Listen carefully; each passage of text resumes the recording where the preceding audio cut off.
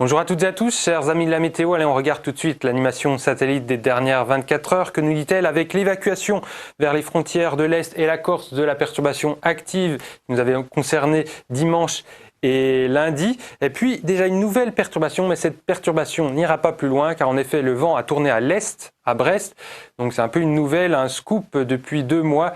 Sous la domination des vents de sud à ouest, on va avoir des vents donc légers d'est en lien avec un anticyclone sur le nord de l'Europe, la Scandinavie et la Russie. En tout cas, ça nous apportera beaucoup de grisailles, pas forcément des brouillards. Brouillards, il pourra y en avoir de façon localisée, mais souvent des grisailles, des stratus, un ciel souvent gris qui persistera d'ailleurs une bonne partie de la journée, si ce n'est toute la journée sur les régions nord jusqu'au centre-est, alors qu'au sud, donc aux abords du Massif central, vers le Cantal, l'Aveyron, et puis une large partie des Alpes centrales et du sud, on aura beaucoup de soleil. Les températures, je vous laisse regarder la ville qui vous intéresse. Donc par endroit, on a déjà donc des températures assez frisquettes. On va friser la gelée dans les vallées du sud-ouest, moins 2 degrés à Aurillac, peut-être petite gelée du côté de Cherbourg également. Vous voyez que le temps se rafraîchit, même si dans l'Est, on n'aura toujours pas de gelée après un automne complet,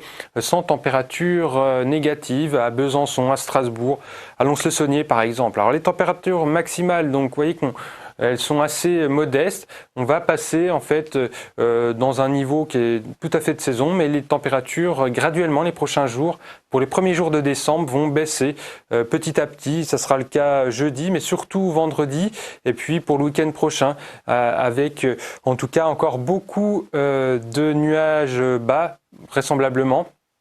Peut-être quelques éclaircies ou trouées locales, mais les nuages devraient l'emporter assez souvent au nord, davantage de soleil au sud et près du relief, alors qu'en Méditerranée, à partir de vendredi et surtout le week-end, on attend donc des passages de pluie ou d'averses encore sur le littoral, et puis même un petit peu de neige sur les Alpes du Sud, les Alpes frontalières.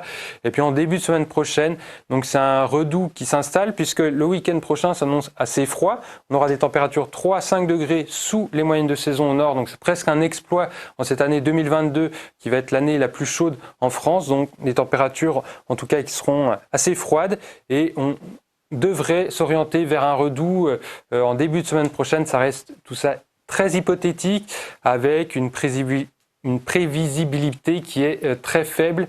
Donc voilà, il faudra se tenir informé de l'évolution de la situation pour la semaine prochaine. Donc encore beaucoup d'incertitudes météo. Je vous dis à très bientôt pour de prochaines informations. Bonsoir.